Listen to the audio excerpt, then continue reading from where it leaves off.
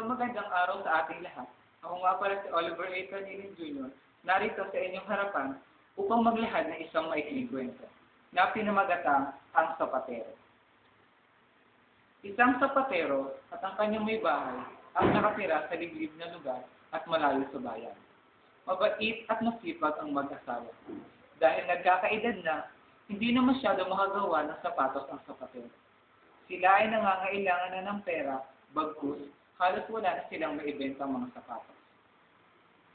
Isang araw, nagulat ang mag-asawa na makakita ng ilang pares ng bagong sapatos sa kanilang pagawa. Nagtataka ang dalawa kung sino ang gumawa ng mga ito. Ngunit, agad na ibinenta ng sapatero ang ilang pares ng bagong sapatos sa bayan.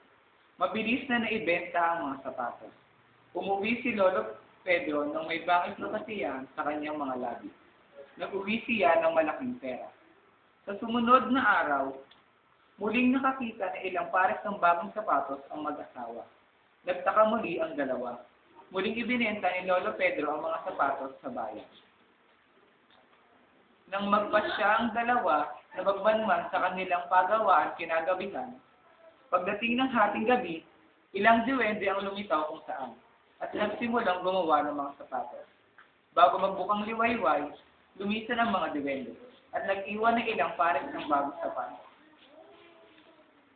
Nagpasya si Lola Esta na asuklian ang kabutihan ng mga duwende.